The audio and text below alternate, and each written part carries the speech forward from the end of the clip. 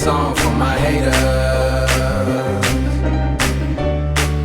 Yeah, y'all got me feeling like the greatest, yeah. Hey, this is a song for my haters. Hey, hey, y'all got me feeling like the greatest, yeah. So if you haven't already met me, my name is Chantel Petway, and I'm the creator of ChantelsDB.com, and the DB stands for Daily Bread. I'm just here in the hopes to get some of you guys refocus on your purpose, to find your purpose, maintain, and walk in it. Basically, I'm a purpose-driven kind of gal, so that's really what I'm here for, just to feed you guys with some new thoughts and new ideas on how to go about life. And this video, just to get right to it, is going to be about how to get the most from the lesser. I think that's a very important topic to talk about, especially with it being the first month of this new year in 2016. I got a lot of mixed reviews about last year. Some said it was bad, horrible, the worst year they ever had. But for me, it was pretty good. Not to say that I didn't have bad times, but all my good really did outweigh my bad. And I'm just hoping that this year can be better. So in order to have a better year, you kind of have to watch or reanalyze your last year and see what mistakes did you make, what could you have done better. And that's kind of what I did, and that's why I came about this video topic, to get the most from the lesser, because there are so often times that we as a people kind of think we're just going to start off at the top, or when we start something it's just going to be the best, it's going to be better than anybody has ever made it. And not to say that that's not a good thing to think, because you always want to make the best product or the best version of you, but you have to kind of always be content in where you are too. Not complacent, but content with where you are. And I do believe those have two different meanings, but check me if I'm wrong. But yeah, so we're going to be coming from a biblical standpoint today. We'll be in the Old Testament in Nehemiah 2, and because I think the character Nehemiah, he can really teach us a thing or two about making the most of our situations. He teaches us a lot of things that, even if you see him as a character or a person, he teaches us a lot of things about how we can make the most from the lesser. And a few of those things are that he knew how to work his position. He was a self-starter. He was a fearless kind of guy. He taught us the importance of having a vision and a plan. And lastly, he shows us that you should never want to stop learning. So just to briefly get into the life of Nehemiah, if you haven't already read my blog post, which will be linked below, but if you haven't read it, Nehemiah was a cupbearer for the king at the time, and he had always came to his job like always super happy, probably always came on time. He probably like never really complained, and this is just my imagination from the scriptures that I read. It said he had never appeared sad in the king's sight. So to me, that just resonated as this guy probably came to work on time. He was always happy despite what the boss said. Ooh, I don't want coffee today, go get me some green tea or something. You know what I'm saying? Like, he was just always like in a good mood. And though he didn't know that somebody was watching him, he was being watched, and that paid off in the end. So he just teaches us that we have to work our situation. Like I said before, so oftentimes we just think that we're just going to get out the gate and just take completely off to our wealthy place.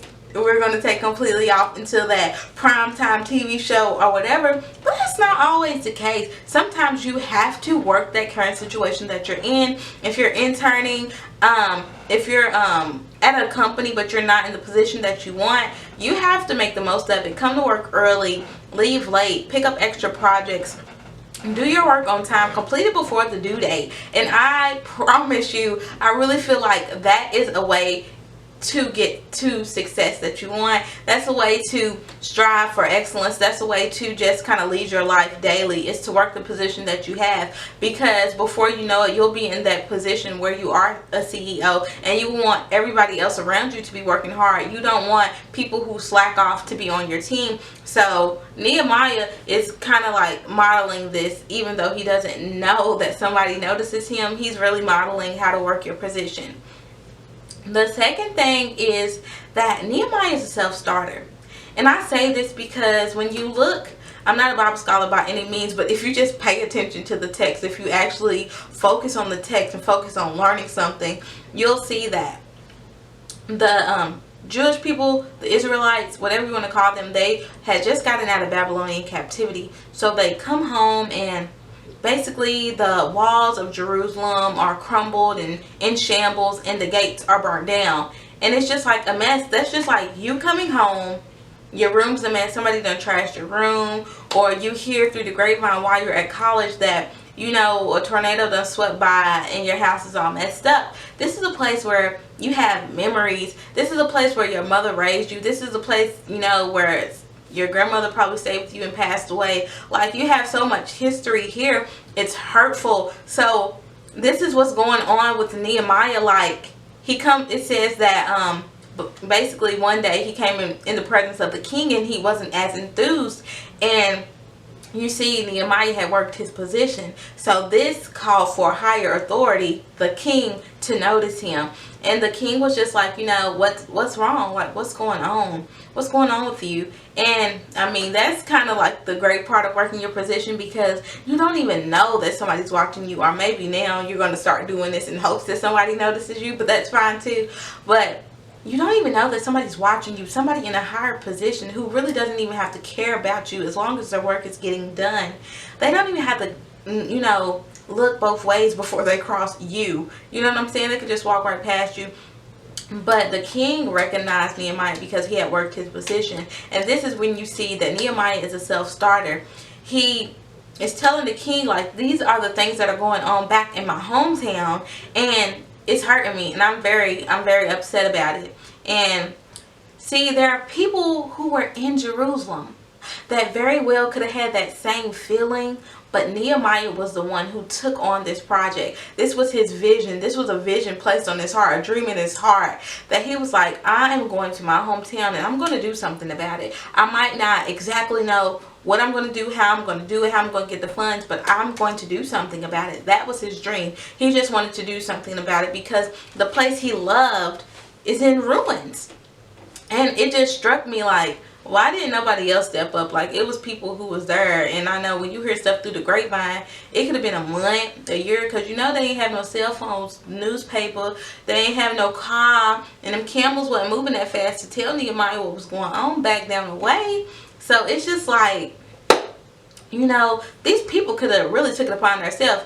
Through the grapevine, Nehemiah should have heard, oh, you know, the people back at Jerusalem, they're building up the walls and they're doing this, but they didn't. Nehemiah was a self-starter, and that's very admirable if you ask me. So the difference between you and other people is that you need to start on it. Don't say you're going to start tomorrow, but you need to start tonight. Like, there's somebody working on the same dream that you have in your mind right now, but you're waiting until next week. You're waiting until so-and-so gives you approval. No, you need to do it right now, because there are people who are just sitting around. There are people talking bad about, oh, well, this will never work out. But every time you hear, oh, this will never work out, in your mind, you know that you have a dream. You know that you have a purpose, and you know you are the solution, but you're waiting. What good does that do? Sometimes people wait because they're scared, and that's the other point. Nehemiah was fearless. Though he was scared, he moved past his scaredness. Don't care. Made that word up. Yes, I'm a journalism major. I make words up because I'm awesome like that. But anyway, he moved past his fear, and, you know, he told the king exactly what was going on, and the king inquired, well, how can I assist you? You see, there are people who are going to support you. You just have to speak it. You just have to be bold enough to be like, you know what? This is my idea. I don't care how foolish it sounds. I don't care what anybody has to say. This is my idea. And that's what Nehemiah did. And his fearlessness gave him the resources that he needed, because somebody higher up was looking down and seeing how persistent he was in his work. So you need to get persistent. You need to self-start yourself. You need to stop being scared and get to what you want, because once somebody sees you moving past all these little bitty obstacles, they're going to fund you, just like they did for Nehemiah. And once he told the king what he wanted, he got the seal of approval to go to Jerusalem, but he was funded. You see, some of you are not moving forward because you don't have the money, you don't have the means, you don't have all the proper equipment. And I don't have all the proper equipment right now either, because I don't have a Mac computer, so I don't have the Adobe software that I need and that I would like to edit my videos. But I'm still doing it. And I know that somebody's going to see it, whether it be my family, a neighbor, somebody from church or whatever. Somebody sees it and somebody's going to invest in me because they see that regardless of whatever, I'm going towards my project. And that's what Nehemiah did, and the king funded his idea. So once you move past being afraid and stuff and things start to work out, then comes the moment of truth. Do you have a plan? Nehemiah had a plan. When the king asked him what he wanted, he laid it out. I need these people to do this. I need this many people to go on the journey with me. I need you to sign off for some stuff because they might not be trying to give me the equipment I need. So with your authority, can you get this for me and this for me? And I'll be back in so-and-so date. Hello. That is the key to success right there. Despite what DJ Khaled said, you have to have a plan. I've heard this quote maybe about a year ago, and like I live by it. Failure to plan is a plan to fail. Because, I mean, you could dream all day. I can have a dream about making macaroni and cheese, grilled cheese sandwiches, and like somebody says, okay, well, how do you plan to do that? Or how long do you think it will take? Or how much money do you need for this project? And I'm like, I don't know. I thought y'all was going to figure that out for me. They're not going to take me seriously. And I'm not really going to get fired if I don't have a plan. So you really have to start planning things out right now. That dream that you have, start planning, start researching. And that's part of your starting project process. You have to start researching what's going on so you can make a plan. This is how I'm going to go about this, and this is how I'm going to go about that, and this is how they're going to fund me. If they don't fund me, then I'll go to plan C, D, and E. You know what I'm saying? You have to do those things. And Nehemiah shows us that, and he was very successful with it. And I just love this story of Nehemiah because it's just like, dude was like, once he moved past that level of fear, he was really unstoppable because he was just like, I'm going to do this. I'm about to go to my hometown. I'm about to build these walls up. You know, it didn't even matter. He was going to go do it because that was what's on his heart. And you have to be so passionate about the thing that's on your heart that you just go get it by any means. You know what I'm saying? You have to go get it by any means. That's how you make the most from the lesser. When you just grind it, it don't matter if you at the bottom of the totem pole right now. You know you're going to see the top. So just make the most of that situation. The next thing that Nehemiah is teaching us is that, you know, you have to continue to research. You have to continue to be willing to learn. When he got to Jerusalem, he was just like, you know, it says in the text that he kind of searched out the land. He was seeing what needed to be done where, how many people he needed to station where. And you know, you have to do that because once some people reach success, you see their gradual failure because they're not wanting to learn. They don't want to see what the economy's doing or what their analytics are, etc., etc. Like, you have to do those things. Like, take Apple, for example. They would not be who they were today if they would have stopped at their first success. We still would have had that bulky little computer that we had back in middle school. Well, in my day, it was middle school. I'm a 95 baby. But we would have still been having that bulky little Apple computer. But now we got, like, little mini iPads and little iPods and stuff. Like, we wouldn't have the things that we have now if it wasn't for somebody willing to learn the ways of the world, willing to learn the technology, willing to really learn more about how they can increase their profitability, how can they increase their territory, their influence, and all of those things. You have to be willing to learn, because that's another way that you will fail. If you don't want to learn, if you want to stay right in that success that you are now, okay, soak it up for that little 10 minutes, because the way that this world's going, they want something new. They want something entertaining every second. And if you're not giving it to them, you're going to lose that business. Your dream is going to like crumble in front of you. And I just feel like Nehemiah was a great leader. It was like an excellent story to read, because it just revealed so much to me and myself, that what I have to do and what I have to prepare for. I plan to be interning this summer somewhere out of state. So it's just like, if I'm not getting a stipend, it's just like, I have to go. I have to grind hard, because I know that somebody sees me working. They see that I really want this lifestyle. They see that I really want to succeed and I really want to help others. So I'm believing that somebody will fund me if I don't have a stipend for my internship. But Nehemiah, the story of Nehemiah really just touched me, because it's just like, Chantel, this is what you have to do. And I wanted to share that with y'all. This is what you have to do. You have to get real with yourself. You have to sit yourself down and be like, yeah, you got good ideas, but baby girl, you ain't even been working on them.